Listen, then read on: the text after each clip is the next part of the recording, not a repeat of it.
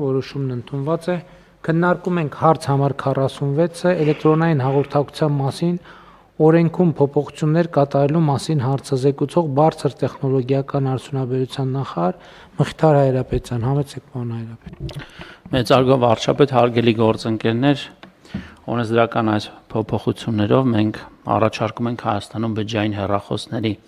միջազգային նույնականացուցիչների կամ ինչպես ավելի ընդունված է ասել email կոդերի միասնական համակարգներ դնել,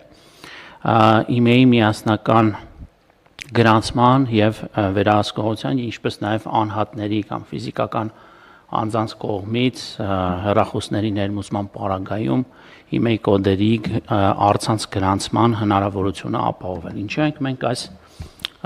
օրենսդրական առաջարկով հանդես գալիս, որովհետեւ Հայաստանի Հանրապետությունում բջջային հեռախոսների միջազգային նույնականացուցիչների գրանցման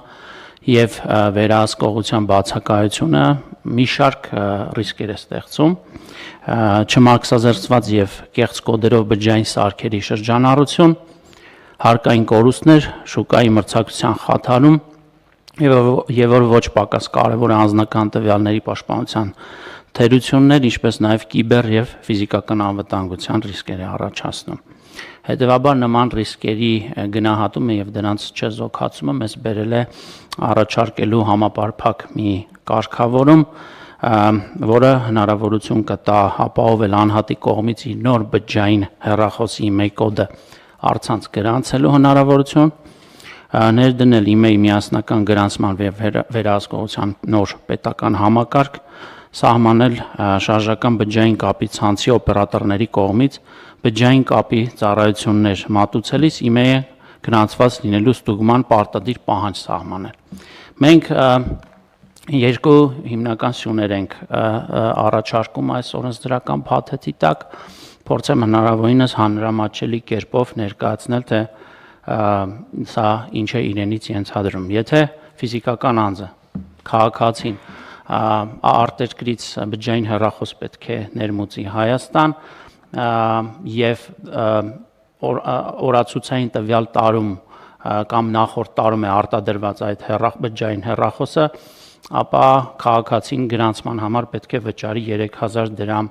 պետական տուրք։ Եթե ավելի հին հեռախոս է, ապա պետք է գրանցի եւ դրա համար որևէ տուրք չի նախատեսվում։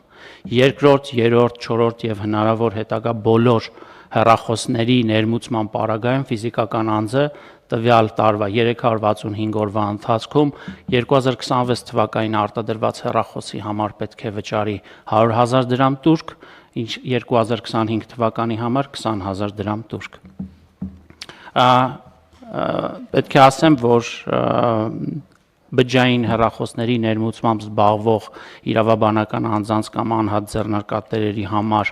մինչև 2 տարեկան հեռախոսների պարագայում սահմանված է 3000 դրամ յուրաքանչյուր հեռախոսի email կոդի գրանցման համար տուրք, ինչպես նաև տարեկան 250,000 դրամ տուրք։ Բջջային կապի օպերատորը անմիջապես կմերժի կամ կկասեցնի բջջային կապի ծառայության մատուցումը, եթե email կոդը գրանցված չի լինի։ Երկրորդ փոփոխություններով մենք ստեղծում ենք շտեմարան, շտեմարանը կառավարելու է բարձր տեխնոլոգիական արդյունաբերության նախարարություն, այն սպասարկելու է ադմինիստրատորը, որը ձևավորվելու է բջջային կապի օպերատորների կողմից։ Պետք է նշեմ, որ կառավարությունը սպասարկման համար վճարելու, այսինքն այն տուրքերը, որոնք որ վճարվելու են eBay կոդի գրանցման համար, սրա հետ որևէ առնչություն չունեն, սրանք պետական տուրքեր են։ Խնդրում եմ ընդունել։